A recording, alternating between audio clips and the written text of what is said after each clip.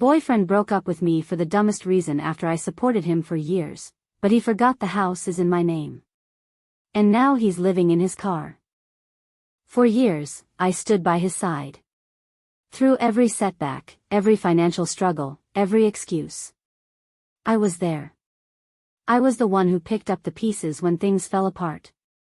The one who paid the bills when he couldn't, who encouraged him when he wanted to quit, who believed in him even when he didn't believe in himself. And how did he repay me? He dumped me. Not for anything serious. Not for a real reason. But for something so stupid, so insulting, that at first, I thought he was joking. He broke up with me because I didn't support his dreams enough. Let me repeat that. The same man who lived off of my paycheck, who sat on my couch jobless for months at a time, who let me cover rent, groceries, utilities, everything, had the audacity to claim that I wasn't supportive enough. And the best part?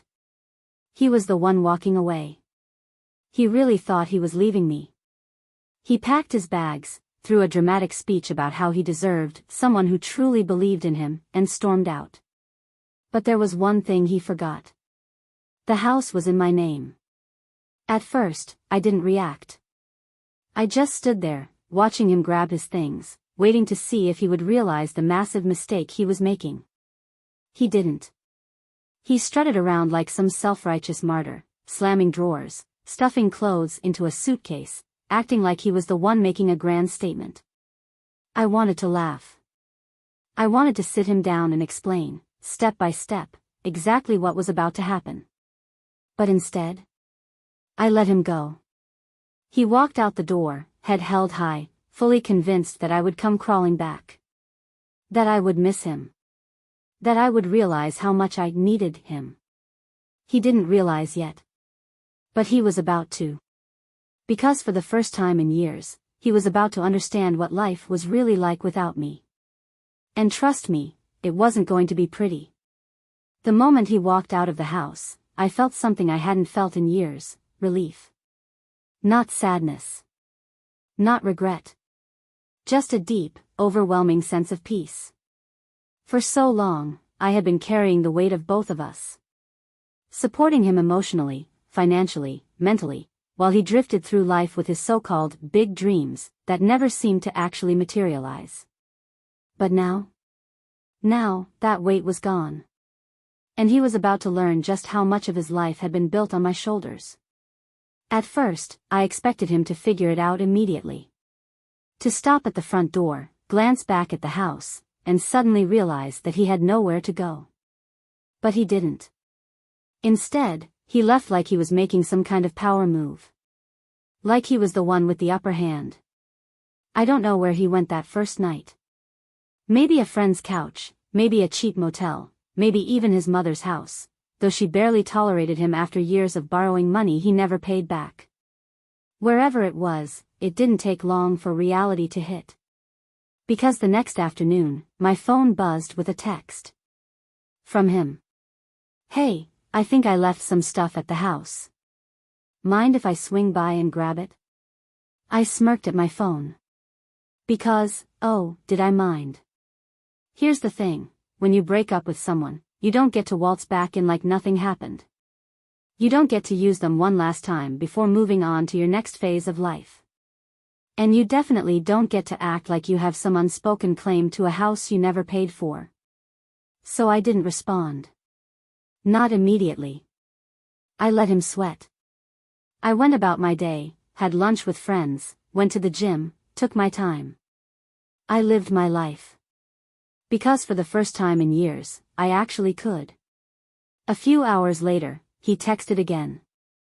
"I just need my laptop, some clothes, and a few other things. Shouldn't take more than 5 minutes." Still polite. Still pretending like we were on friendly terms. Like we hadn't just gone through a messy breakup where he essentially told me I was nothing but a stepping stone on his path to greatness. I let another hour pass. Then, finally, I responded. "The house is in my name. You don't live here anymore. I'll leave your stuff outside." No greeting. No explanation. No kindness. Because he didn't deserve kindness. That must have been when it finally hit him. Because 2 minutes later, my phone rang. He was calling. I let it ring. Then he called again. And again. I didn't answer. If he wanted his things, he could pick them up from the porch like a stranger. Because that's what he was now, just another person who used to be in my life. And the funniest part? He still didn't fully understand just how screwed he was. Not yet. But soon. Very, very soon. By the time the sun had set, his texts had completely changed in tone. The polite, casual requests for his things had turned into frustration, then entitlement, and finally, outright panic. Are you serious? You're actually leaving my stuff outside? I live there too. You can't just kick me out like this. This is messed up. I deserve at least a little respect. Respect? That word nearly made me laugh. Where was my respect? Where was the respect when I was covering both our bills while he was busy finding himself? Where was the respect when he broke up with me like I was some obstacle in his way, instead of the person who had been keeping him afloat? Where was the respect when he walked out of the house, acting like he was the one in control? I didn't reply. Because I had already made my final statement. The house was mine. And he no longer had a place in it. At some point, he must have realized I wasn't going to cave. Because later that night, I heard the sound of a car pulling into the driveway. I didn't even have to look, I knew it was him. Sure enough, my phone buzzed again. I'm outside. For a moment, I considered ignoring him completely. Letting him sit there in his own mess, stewing in the reality of what he had done. But curiosity got the better of me. So I pulled back the curtains just a little, just enough to get a glimpse. And there he was. Standing outside, staring at his own belongings, neatly packed up in boxes on the porch. His car was still running, because of course it was. He never thought things through. He hadn't even parked. He had just pulled up, expecting something different. Expecting me to open the door. Expecting me to let him in. Expecting me to rescue him. Again. But I didn't. I just stood there and watched. At first, he hesitated. Like he was debating whether to knock. Whether to try and talk his way back inside. But I saw the exact moment when it hit him. That this was real. That he wasn't coming back inside. That I wasn't going to change my mind. His shoulders slumped slightly, and I saw him exhale. Then, without another second of hesitation, he started grabbing his things. But there was one small problem. His car was tiny. A beat-up, barely running sedan he had sworn was temporary until he got a better job. That was 2 years ago. And now? It was his only home. Because he had nowhere else to go. I watched as he tried to fit everything into the car. The suitcase went in the trunk easily enough. A box of clothes fit in the back seat. But the rest? He had to start making choices. The extra boxes? The cheap desk he had been using for his business ideas? The gaming chair he spent my money on? Nowhere to put them. I could see the frustration building as he realized, too late, what this meant. He wasn't just leaving the house. He was losing everything. He couldn't even take all of his own stuff. And in that moment, I think he finally started to understand. All this time, he had thought of the house as his. Even though he never paid the mortgage. Even though he never covered rent. Even though the deed had always been in my name. He still thought he had some claim to it. But now, standing there in the cold, struggling to fit his life into a car that was barely holding itself together, he had to face the truth. He had nothing. And it was entirely his fault. Eventually, he stopped trying to fit everything. He gave up. I watched as he left half his things behind, shoved what little he could into his car, and slammed the door shut. Then he sat there. Just sat there, motionless, hands on the steering wheel. Maybe he was waiting for me to come outside. Maybe he was hoping I would change my mind, open the door, tell him he could stay just one more night. But I didn't move. And after what felt like forever, he finally put the car in reverse, pulled out of the driveway, and drove away. I stood there, watching until his taillights disappeared. Then I looked at the pile of things he had left behind. Because here's the thing, he never planned ahead. He always assumed that someone would bail him out. That someone, me, would swoop in at the last minute, feel sorry for him, and fix everything. But I wasn't that person anymore. So I left his things on the porch overnight. And in the morning, I donated every last one of them. Because if he thought he could just waltz back into my life whenever he wanted, collecting pieces of what he left behind, he was dead wrong. The morning after he drove away, I stepped outside, took one last look at the junk he had abandoned, and made my final decision.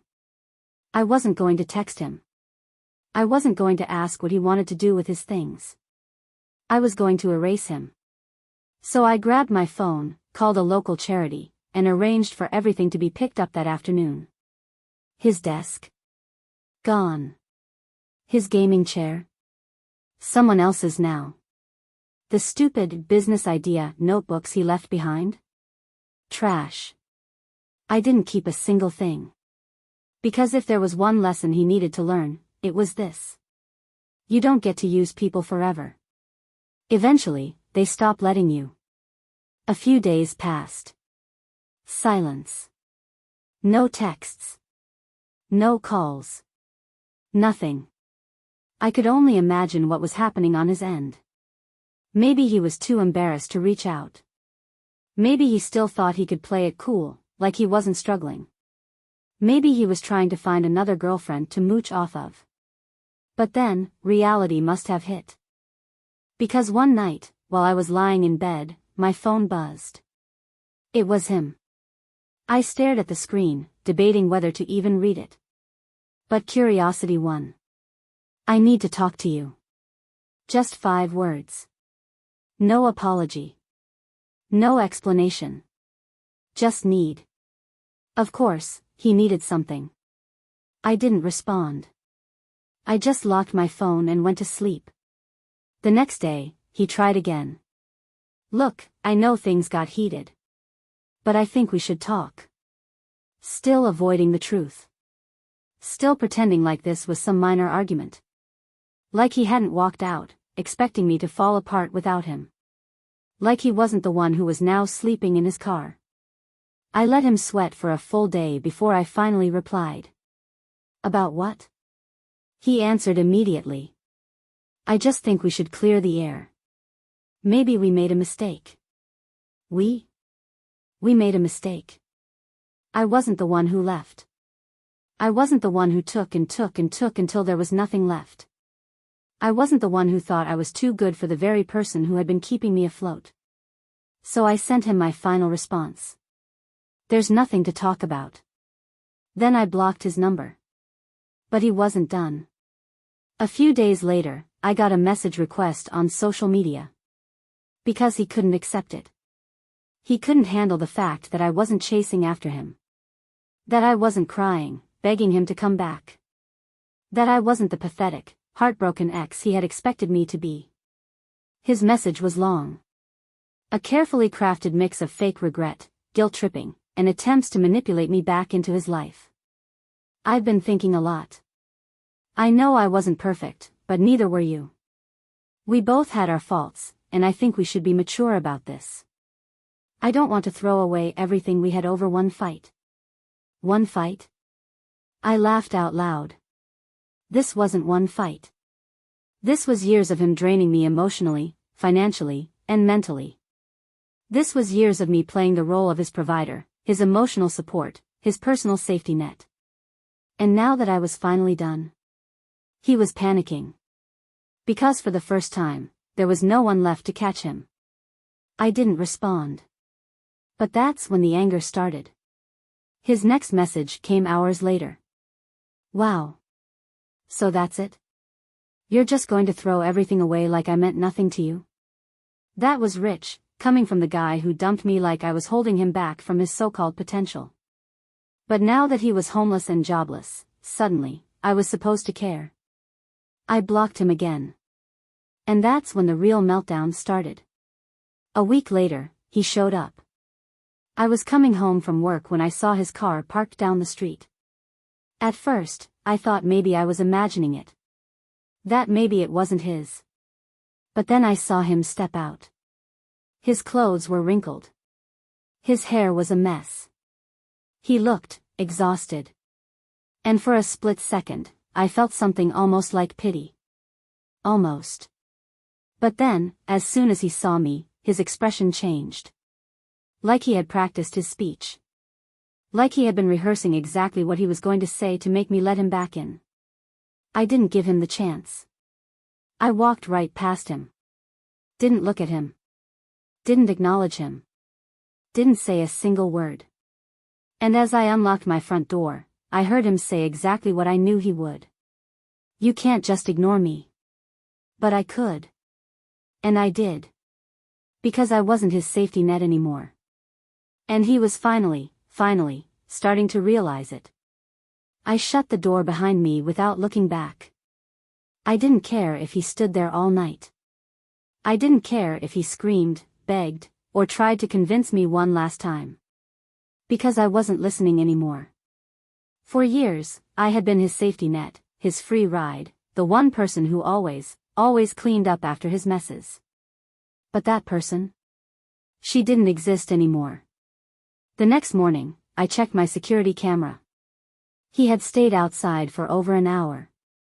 At first, he paced back and forth, like he was debating what to do. Maybe he thought I'd come back out. Maybe he thought I'd feel bad, change my mind.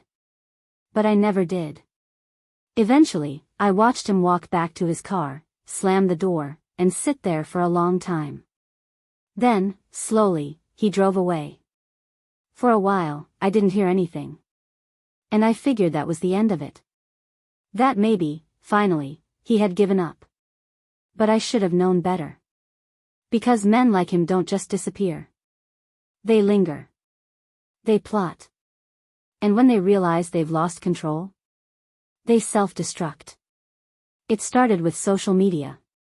One day, I opened my phone and saw his post. Some people will throw away years of love over nothing. SMH, guess loyalty doesn't mean anything anymore. Loyalty. That was rich, coming from someone who had let me pay his bills while he sat on the couch, pretending he was too smart for a regular job. But of course, that wasn't all. Over the next few days, he posted more.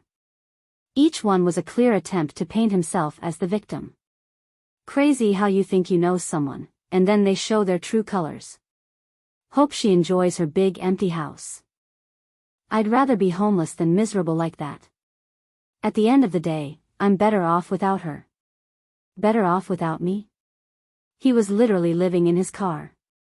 He had no job, no home, no money. But sure. He was better off. I didn't respond. I didn't even react. Because the more he spiraled online, the more it became painfully obvious to everyone that he was falling apart. And I was thriving. Then, the messages started coming. Not from him. From mutual friends. Hey, I ran into him the other day. He looked rough. You sure you're okay with this?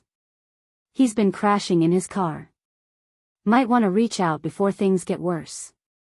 I'm not taking sides, but I think he really needs help. Help.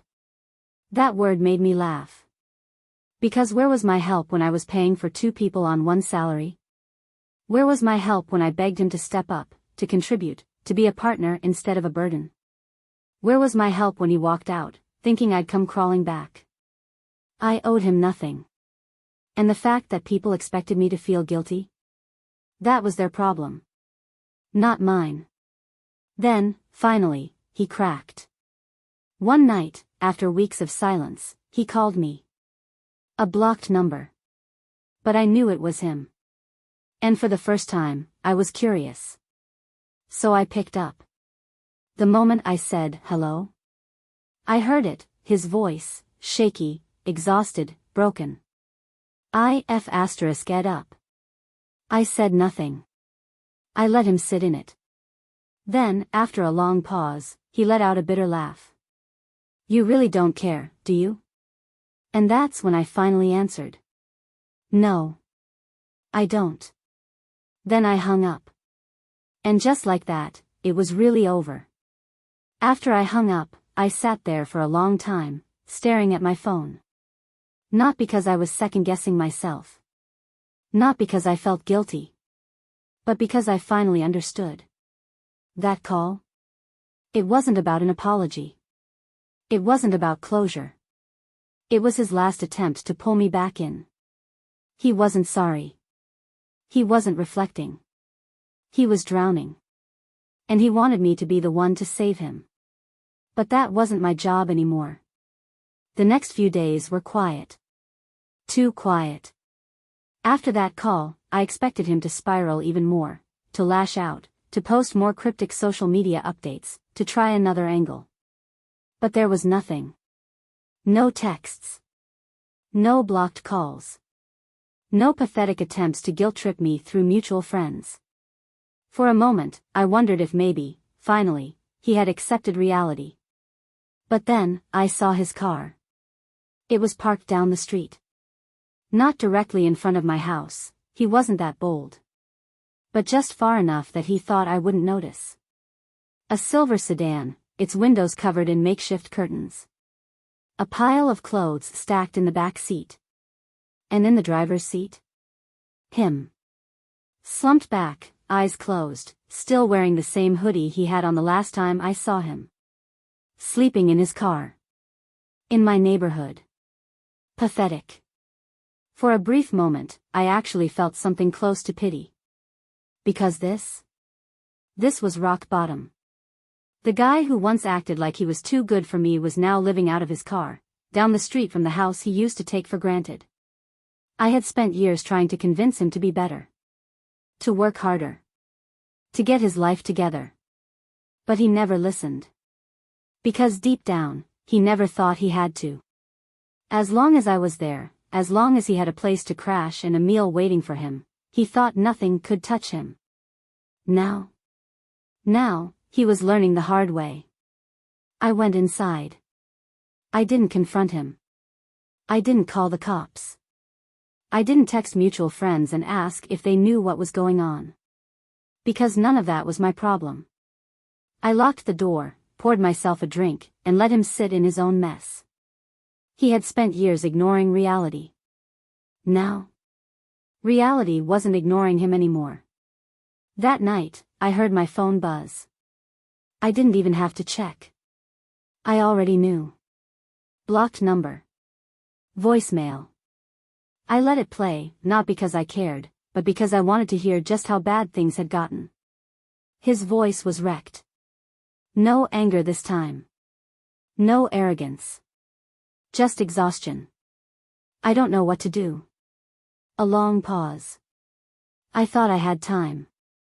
I thought things would work out. I didn't think it would be like this. Another pause. A deep, shaky breath. I messed up. I know that now. Now. Now he knew. Not when I begged him to get a job. Not when I carried both of us on my salary. Not when he walked out, thinking he was trading me in for something better. Now. Because he had nowhere else to go. I didn't call back. I didn't text. I didn't care. Because this was what he chose. And for once, he was going to have to deal with the consequences. Without me. After that voicemail, I expected him to give up. To disappear. To finally understand that this was over.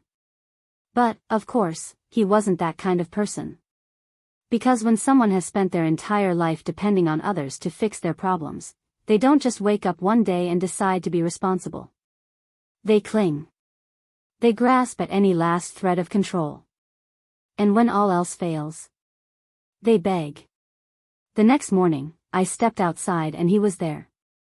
Not in his car. On my porch. Sitting on the steps, hunched over, elbows resting on his knees. Like he belonged there. Like this was still his home. The audacity made me laugh. Because even now, even after everything, he still thought there was a chance. I didn't say anything at first. I just stood there, arms crossed, waiting for him to speak. And finally, he did. Hey. Just one word. Quiet. Careful. Like he was testing the waters. I didn't respond. He rubbed a hand down his face, looking rough. Like he hadn't slept properly in days. I don't know where else to go. I raised an eyebrow. Not my problem. I know I messed up, he continued, his voice breaking just slightly. I thought I could handle it. I thought I could, he let out a bitter laugh. I don't even know what I thought. For the first time, he was admitting it. Admitting that his whole life had been built on lies. That he was never as smart, or as capable, or as independent as he pretended to be. That without me, he was nothing. Then he said the words I had been waiting for. The words I knew he would eventually say. Can I just crash here for a little while? I smiled. Because there it was. The real reason for his sudden moment of reflection. He didn't miss me. He didn't love me. He didn't want to make things right. He wanted a roof over his head. No. I said it so simply, so clearly, that I could see the shock on his face. Like it had never actually crossed his mind that I would turn him away. You're serious? He asked. I nodded. Completely. He let out a short, humorless laugh. Come on, he tried, his voice shifting, pleading. Just for a few nights. A few nights? We both knew it wouldn't stop there. If I let him in once, he'd never leave. Because that's who he was. He latched on. He took. And he never, ever stopped. So I stepped forward, looked him straight in the eye, and said the words I knew would destroy him. You're not my problem anymore. That was it. That was the moment he broke. Because for the first time, he was truly alone. No backup plan. No safety net. No one left to save him. Just him and his failures. And he had to live with that. I walked inside and shut the door. And this time, he didn't knock. He didn't beg. He just sat there for a moment, then slowly got up and walked back to his car. And as I watched through the window, I saw reality finally settle in. His shoulders slumped. His head hung low. And then? He drove away. For good. I never saw him again after that. Not in my neighborhood. Not in my inbox. Not through mutual friends. It was over. Really over. And I had won. Not because I wanted revenge. Not because I wanted him to suffer. But because I had finally chosen myself. And for the first time in years, I was free. After he drove away, I stood at the window for a few more minutes, waiting to see if he would come back. He didn't. For the first time since he walked out of this house, he finally understood. There was no way back. Not this time. The silence that followed was almost unsettling. For years, my life had been tangled up with his problems, his failures, his constant need for support. Even when we weren't fighting, I had always been waiting for the next crisis. Waiting for him to lose another job. Waiting for him to find himself while I covered the bills. Waiting for him to wake up and change. But that day? For the first time in a long, long time. There was nothing to wait for. He was gone. And I was free. But even though I knew I had done the right thing, other people didn't see it that way. It wasn't long before the texts started rolling in. Mutual friends, old acquaintances, even a couple of people I barely spoke to. Hey, I heard about the breakup. Rough situation. You holding up okay? The ones who were pretending to check on me. I ran into him the other day. He looked bad. Do you think maybe you could talk to him? The ones who were fishing for information. I don't want to take sides, but maybe you could throw him a little help? Just until he gets back on his feet? The ones who still thought I was his safety net. I ignored them all. Because I didn't owe him a damn thing. And the people who still thought I did? They weren't my friends. Then, I got the final message. From his mother. I don't know what happened between you two, but he needs help. He's my son, and I love him, but I can't take him in. I thought maybe you would. I stared at the text for a long time. Because that was it. That was his last lifeline. His own mother, the only other person who had ever tolerated his endless excuses, was done with him. And now? Now he had nobody. I didn't respond. I just sat there, rereading the message, letting it sink in. The version of me from years ago would have answered. Would have felt obligated to help. Would have let guilt win. But that version of me? She was gone. So I deleted the message and went on with my day. Because his downfall wasn't my problem. Not anymore. After I deleted his mother's message, I sat back and exhaled, letting the finality of it all settle in. This was it. The last thread. The last desperate attempt to pull me back in. And I had finally cut it. The next few weeks felt like stepping into a new life. No stress. No nagging worry about someone else's mistakes. No waking up wondering how much more I would have to sacrifice just to keep him afloat. For the first time in years, my time, my money, my future, it was all mine.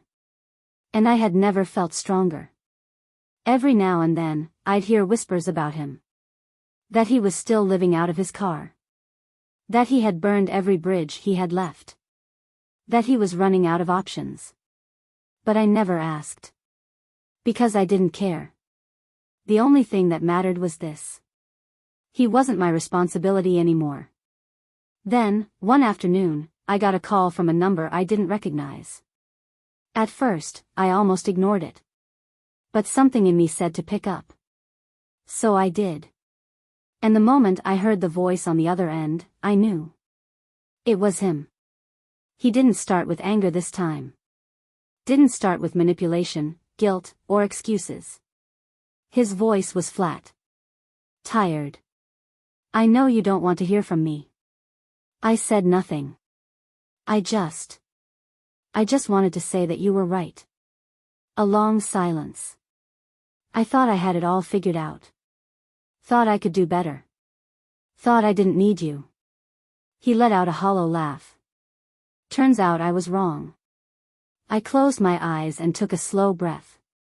It had taken him this long to figure it out. And even now, even in his rock-bottom moment, he still wasn't really apologizing. He was just accepting the consequences. Finally. So I gave him the only response he deserved. I know. Then I hung up.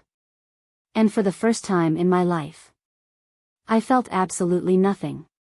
After I hung up, I didn't sit there replaying the conversation. I didn't second-guess myself. I didn't wonder if I had been too harsh, too cold, too unforgiving. Because the truth was, I didn't feel anything at all. No anger. No sadness. No regret. Just freedom.